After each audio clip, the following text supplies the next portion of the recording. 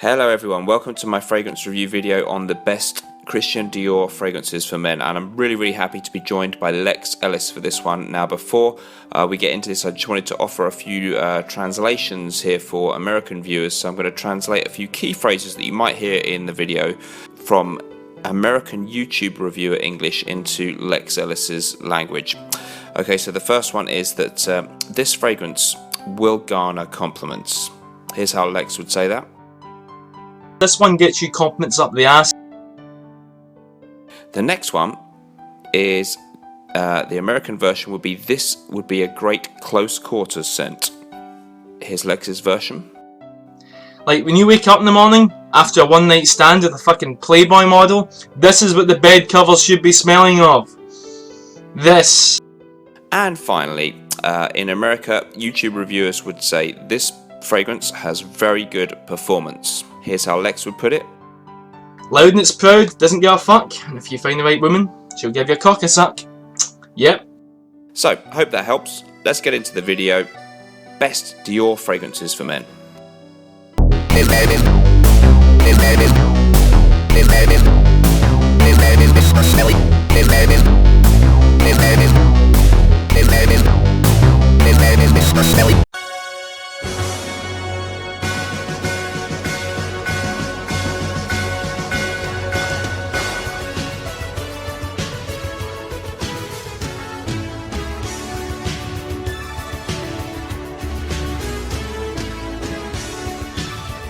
Hello everyone, welcome to my top 5 men's fragrances from Christian Dior video.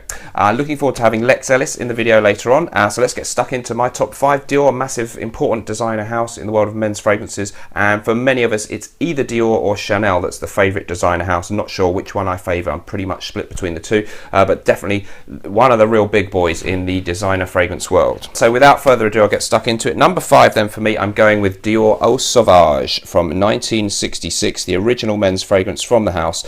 This one is a superb citrus aromatic scent, a real classy citrus cologne, understated, not a beast mode scent. I've got an old vintage bottle. The new version is absolutely fine as far as I can tell. I have tried it out, I've got some on my hand today because I went to the shop just to get a spritz, and I've tried it many times. There may be some differences if you really analyse, but the essential smell is the same. When you spray either one, you'll recognise it's the same scent. And this one is a very elegant, well balanced scent. It has a very sharp citrus bergamot type of opening, very typical of a citrus cologne, but something about it is distinctive and you can recognize that is Eau Sauvage in differentiating it from other citrus colognes, I think, from the first spray. Classy, elegant, there's some herbal notes in there, it's a little bit soapy, there's vetiver, there's rosemary. It's a very versatile scent. You can wear it in any situation. It does not smell dated to me in any way whatsoever, but it is a little bit noticeably different, a little bit more natural, maybe a little bit more retro smelling maybe than some modern fresh citrus fragrances, but not dated to me. A great choice for work, daytime wear, summer, and you can wear it in evenings too, but it isn't huge in projection, whether it's the vintage version that I've got here or the modern version with the white box. None of them are big performance, but the longevity on all versions I've found is respectable, and it's just pure quality and class. Maybe nothing exciting, but well executed simplicity here from the House of Dior. Moving on then, number 4, I'm going with Dior's Jewels. So this one is a 1980 release. I've got a vintage bottle here, but I did recently do a review called Great Reformulations on the 2016 re-release that's out there. So this the fragrance in either version is a very masculine 80s powerhouse style fragrance. It's really the Dior version of Kouros or Antaeus, Chanel's Antaeus or Yves Saint Laurent Kouros. This actually came out in 1980, a year before both of those. We've got, I think, maybe some castoreum, oak moss, a lot of masculine notes in here, giving it a lot of depth, a certain perhaps animalic gin locker room type of feel, which could be off-putting to a lot of people, so that's why I've not put it higher in the list. It's got a fresh citrus opening, and I think it's a little bit more crisp and citrusy and fresh than Antaeus or Kouros, which gives it something unique and a reason that you might want to own it even if you have those.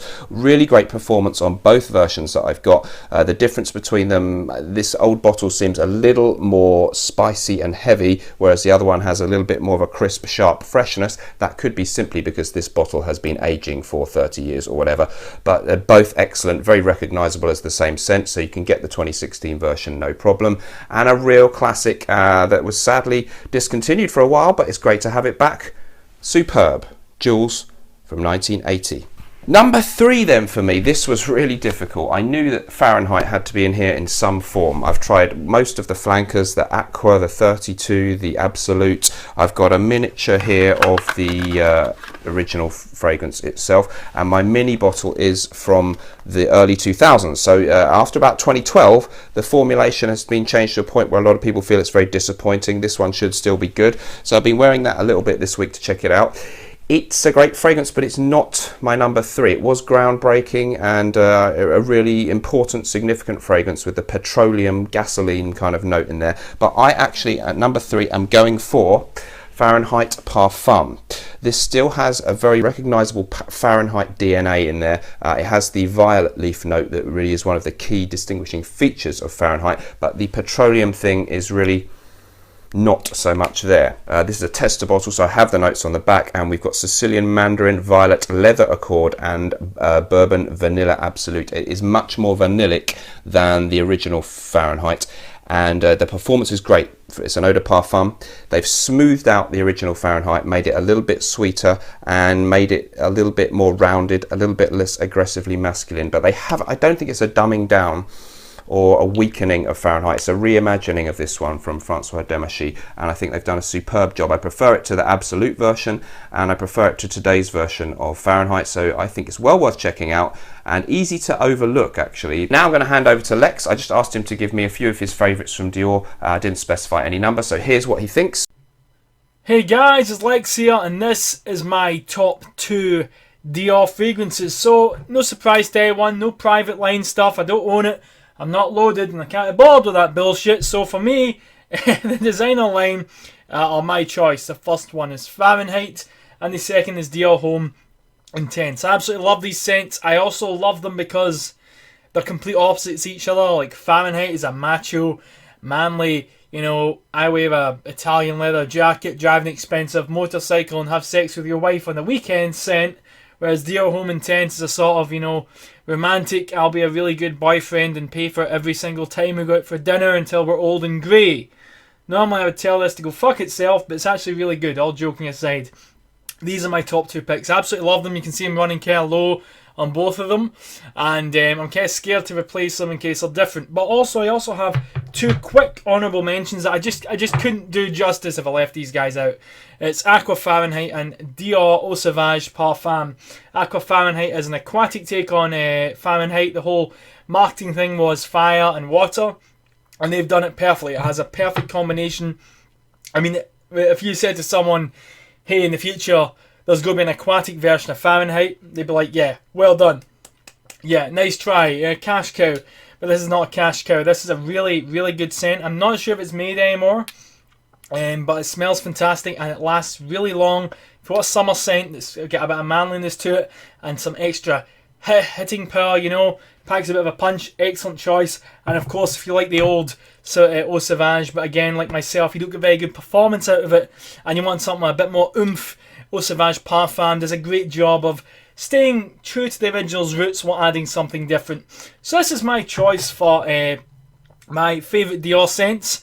And moving on. Thank you, Lex. Great picks. Okay, so my number 2 now. I really thought about this one long and hard. So it's going to be one of the Dior Hommes. I was thinking maybe I should put the original Dior Homme Eau de Toilette in there. Maybe Dior Homme Intense. But in all honesty, my favourite is Dior Homme Parfum. This fragrance is, to me, the perfection of the Dior Homme idea. It is heavy. They've got the distinctive lipstick-esque iris note in here, as it was in the original Dior Homme EDT and the Intense. But they've got more of a leather note in here and a more masculine feel, a darker, more woody undertone to this one. Performance is extremely strong. It's pretty much beast mode in performance, lasts ages. Still, to me, has that slightly feminine, waxy lipstick feel, but it's more balanced with masculine stuff in there as well. And I know some people think that they're not impressed, that it's kind of sacrilege that they've messed up the Dior Homme idea a little bit with this one. But to me, as someone who came along and discovered all these scents almost at once, rather than knowing the first one, the Dior Homme, and then seeing the flankers come out. I've gravitated towards this one. It's more powerful than my Dior Homme Intense. It's a little bit more masculine. I feel that it's got more projection, it's got more longevity, and it has more depth to the smell. So for me, a really masterful, probably a 9 or maybe 10 out of 10 type of scent, an absolute modern classic Dior Homme Parfum. What do you think? Am I wrong to pick that as the best Dior Homme? Let me know, but for me it's my number 2 of all Dior fragrances. Number 1 then, from the house of Christian Dior, for me that the best men's fragrance you can get from them is this one. It's Eau Sauvage Parfum. This is a flanker in name to the original Eau Sauvage, of course, but the smell is very, very different. This is much deeper and richer. It does have a little bit of the citrus scent that is somewhat reminiscent of this one, but the notes in this one, bergamot, vetiver and myrrh, are the only notes listed. I like it so much I've got a backup bottle, and one of the reasons for that is that they are reformulating it, and in 2017 in April the new version is coming out. Now I'm not saying that that's going to be worse. They're quite clear that they are reformulating it, and there's some fanfare. They're proud to introduce the new version, but it's a real shame this one's going to be disappearing, but you can still, I'm sure, get your hands on it for some time after the new one comes out. It's very rich, it's very deep, it's very masculine, and there's a classic feel to this one. It's a great nighttime scent. It's a great scent for winter and autumn time, and spring to some extent, probably not in the hot weather. Rich, masculine, niche quality to me, in the way that it has this real enigmatic quality, a mysterious quality, and it gives the sense of a man who really knows what he's about, and a smell that you're not going to smell on too many other people, but there's nothing too out there or weird about it. It's likable. It's not like a strange niche overbearing scent with oud. It just really commands confidence in the man wearing it. You think this man is clearly rather a refined, elegant, sophisticated gentleman, and I think the power of this fragrance, the performance, the projection, the longevity are all excellent. It's eau de parfum, and that's why I've chosen it as my number 1 from the house of Dior, Dior Eau Sauvage Parfum. So I've left out tons of quite good scents in this list. Of course, Sauvage, the most recent big one from Dior, is not on my list. I like it, but it's not good enough to be in my top 5. What did you think of my picks? And let me know what your favourites are from Dior. Remember, whatever we're doing in life, let's project. I'll see you next time. Bye.